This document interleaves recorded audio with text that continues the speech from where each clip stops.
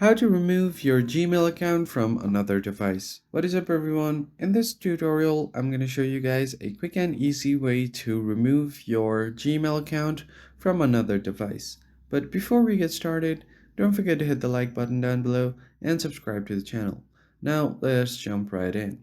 First thing you have to do is open up a Google or a Gmail app and make sure that you are logged in here. So just tap on your account section and you'll have an option to manage your Google account. So simply tap on it. Now you'll be taken directly to your account manager.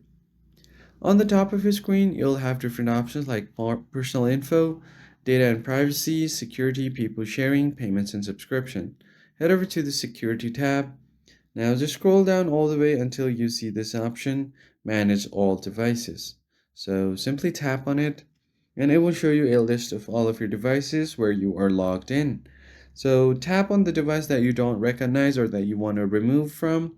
For example, if I just tap on this, what you can do is simply tap on the account, verify that it's you by entering your password or your biometrics, and then you can simply tap on sign out to log out of this app or this device.